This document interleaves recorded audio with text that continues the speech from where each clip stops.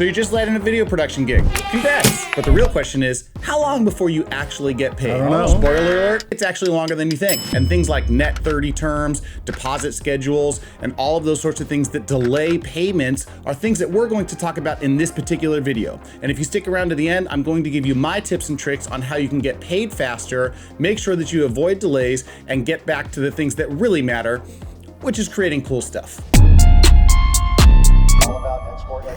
Internet, welcome back. Robert Teegarden again today with another video. Today we are talking about how long it actually takes to get paid for your video production gig. I had a conversation a couple months ago with my friend Josh Emmerich, and we were talking about his actual client cycle, and he was talking in months. And it made me really think about things from a different perspective, which is that it's not really weeks or just even days that we get paid. Sometimes it takes 6 months to get paid from a client. And before you click out the video, allow me to explain. Now, my perspective actually changed on this because I wasn't thinking about it from the time that we had initial client engagement until delivery. I was thinking, hey, we have this contract and now we're going to shoot. And in that case, it's only, maybe 6 to 8 weeks from a total timeline of that particular project. But oftentimes that's not necessarily the case because we have to put out content and nurture a particular client relationship in order to get them to engage with us and start a production process in the first place. And that process can take months, if not a year or more from the time that you shake someone's hand or have some initial contact, whether that's DMs and social, or they see a contact, or you have an email list that you're communicating with them.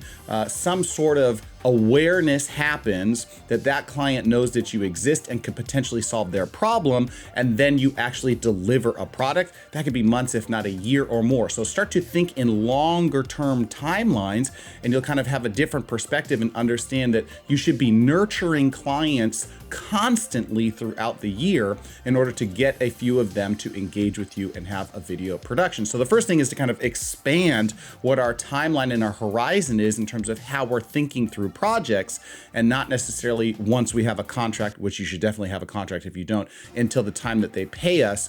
That thing is just a very small portion, obviously a very important portion, but a small portion of what the typical project timeline looks like. Then, of course, we have the different types of steps that are involved in every particular project. You obviously have the engagement process that we were just talking about, of kind of taking a discovery call, seeing if you're the right fit, making sure that this is something that you can actually do for the client and solve a problem for them. And then you move into pre-production. This is the logistics of actually planning that project out. What shoot days are you talking about? Do you have any location fees? Are there talent? Is there other people that need to be involved in terms of set design or a hair and makeup stylist, those sorts of things? And then we move on to the thing that we live for, which is production. We're shooting, there's lights, there's cameras, there's all the fun stuff. And of course, we move into post-production. Now, I've talked about post-production process and notes and client notes a bunch in different videos. You should check them out here.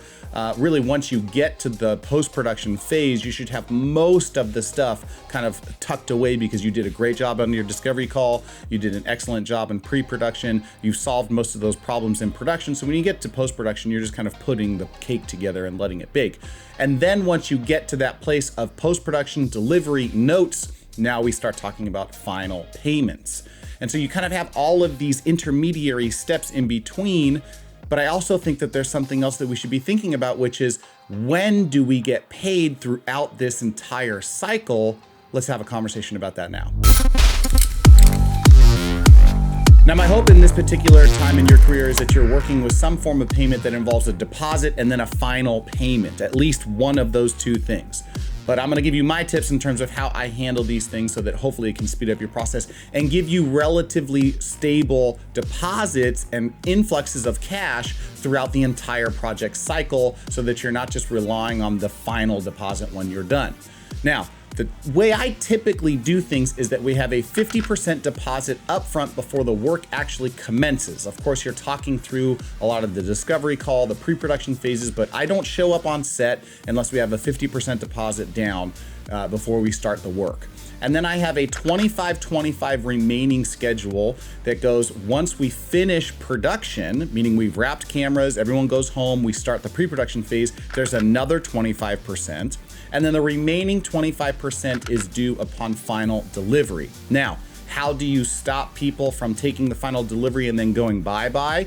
The thing that we've used the most with the most success is putting watermarks over the top of our content so that you cannot use it unless you pay the final delivery. Now, my hope for you is that you have clients that you don't have to worry about these sorts of things, but that's not always the case. And so if that is true for you, you can use watermarks or you can withhold final delivery until payment is made. But 50, 25, 25 is what we've used to keep an influx of cash. It's easier on the client instead of having one massive payment at the end, and it moves things along, and we have kind of these intermediary stop gaps that we can use in order to make the client feel good and to keep a little bit of cash in our pocket as we're moving. The initial deposit is used for things like the location fee, to pay out talent that's coming on to help you out. You know, you have kind of bills that are going on, so not everyone else on your crew is reliant on that final payment, but it helps kind of stagger things out, make production a little bit smoother, and 50, 25, 25 is what we use. You can do 50, 50 if you'd like to, but I tend to like that little 25 influx of cash once we're done, because sometimes you have post-production fees and those sorts of things, and it also helps to have a little bit of cash flow at that point too. Next, let's talk a little bit about payment terms and certain factors that would delay payment for you and how we can kind of mitigate those things. Now, we all know about the dreaded net, whatever, fill in the blank, net 30, net 60, net, dare I say, 90. And those things are really atrocious, and trying to get your understanding and your contract done with payment terms up front really helps kind of set the stage in terms of what that looks like. And you really hold the power at that point. We're not starting work until this particular thing gets done, this deposit gets made. And if the client enjoys your work enough and the project is important enough, you can kind of get around your net 30s all the time.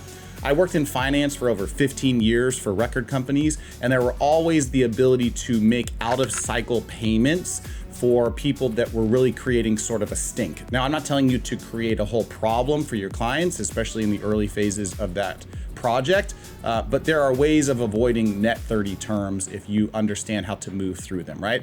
So we had this net 30, but hopefully your contract of deposit 25 helps kind of alleviate a lot of those sorts of things. And the other thing I would like to talk about is kind of late payment structure. So the other thing in our contract, which I've talked about before, is that there are late payment terms. 25% month over month. So every month, a 25% late fee gets tacked on to the remaining balance of that bill. Nobody really likes that, and so they try to do a lot of things to avoid having a 25% late fee on top of what they're already paying. So having something in your contract that states that means that you're good to go. The other thing we put in there that I've talked about is a drop dead date, which is basically saying this particular contract and this scope of work is over at this particular term. It's usually 30 days out from the end of production is what we end up having. And so that forces that project to finish. And then of course, with that watermarking, you hold the keys in terms of when things are going to be paid. So you have those two kind of aces up your sleeve, so to speak, contractually, that allow you to get paid a little bit faster. Now, the other thing I want to talk about too is kind of the size of the client and who has hired you and how are they getting paid. So for example, if you're working directly with a particular client, like there's no intermediary production company or any other agency that's working with you, then you have a much higher chance of getting paid faster because there's no middleman in between, right? But the other thing with that is that you have to understand what the bureaucracy of that company is. The smaller the company, the faster the access to cash. The larger the company gets, the more kind of intermediary stopgaps they have in terms of like accounting departments and finance departments who also have to sign off on these particular things. So keep that in mind and always have those questions up front in the discovery process to have a clear understanding and expectation of when you're supposed to get paid and by whom. Now, I've been dancing around how to speed up payment process a whole bunch, but to consolidate what this looks like, I would have clear contractual terms that understand exactly what is due when and where it's coming from. We've obviously talked about the drop dead date. We've talked about late payment schedules. We've talked about the deposit before work can be done. All of those things are going to help, but contracts really lay that stuff out very clearly, and you must have something in place, whether it's just a one sheet or a service contract or something like that. You can do a quick Google and start to put things together. Ask your friends in production. If you guys have questions about that, leave a comment down below and I can go into more depth and detail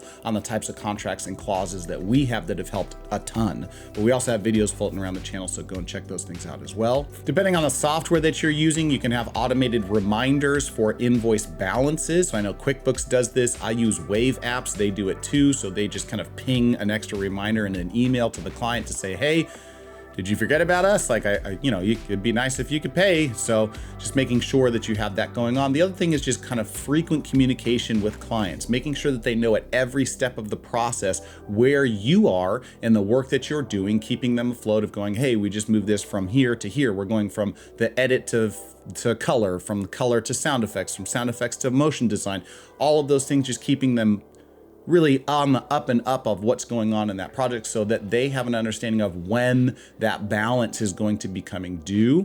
And one of the last things I wanted to talk about is the necessity for a pipeline in your video production business. Now, video production business doesn't pay like a normal 9-to-5 job where we have a consistent paycheck that we can expect at the end of every week, 2 weeks, monthly, whatever the case is. And so because of that, in order to keep your cash flow reasonably consistent, you need to have different projects that are in different phases consistently throughout the year in order to kind of mitigate those peaks and valleys that we often feel. So in order to do that, you have to be consistently reaching out and nurturing, and then have some calls in the discovery phase, and then you have some of them in production and some of them in post-production. But you have to realize that it's always a state of trying to acquire new clients and having those calls while you're also doing the work of production and post-production and wrapping other things with different clients. Think of it kind of like a factory assembly line, so to speak. And we always want to have products kind of coming in through the door as we're working on various things throughout the assembly line and sending them out the delivery door at the same time. We don't want to get into a situation where we're working on this stuff and there's nothing coming in the door. So we have this big fat dry spell in the middle of the assembly line that's going to lead in dips of cash flow and us kind of panicking, trying to figure out how we're going to keep the lights on. So a pipeline tends to help this because it gives us the ability to kind of consistently be nurturing clients throughout the year, sending stuff through the indoor. You're not going to land 100% of your pipeline. If you are, you should be raising prices or doing certain things, but at least you have the ability to be having conversations, and who knows, they might become clients later on down the road, but at least that nurture process is consistently happening throughout your business. Now, we've all had times where we have failed to do this. As creatives, it's definitely not something that we love to do, to constantly be nurturing clients. We want to be creating and making the content and doing those sorts of things. And so that's happened to me, it's happened to you. I'm sure that's part of the reason why you're curious and clicked on this video is, well, how do I kind of flatline these peaks and valleys of income that's coming into my business? And so I can tell probably more stories than the other side of things on how I missed that pipeline opportunity. But I'm constantly having conversations, and just recently a client for a multi-5-figure contract, after 3 months of just simply talking about the idea, we moved into discovery call and production phase, pre-production phase, excuse me. And so that client has since signed the contract, and we're moving it more towards where we're getting deposits. Invoices has been sent. But just that conversation alone, an initial contact was made in September. It's now January where I'm having this conversation, and that's a perfect example of a pipeline. I was working on other projects at the same time, and from that standpoint, I knew that this was going to happen. It was possible that it didn't, so I just kept kind of touch points and meetings and phone calls and let's go see this location, and just nurturing that relationship along the way. And there's nothing wrong with that. That's the cost of doing business, and that's what we're supposed to be doing, is building relationships that we can then serve and help solve problems in, because we of course are in a service business as video producers, and that's what we're all about. So if you like this video, then like the damn video. If you haven't already, subscribe to the channel. If you love this type of content, please leave me a comment down below and let me know what other things you would like to see. I'm here to help shorten and compress the hardships that you have in your creative journey.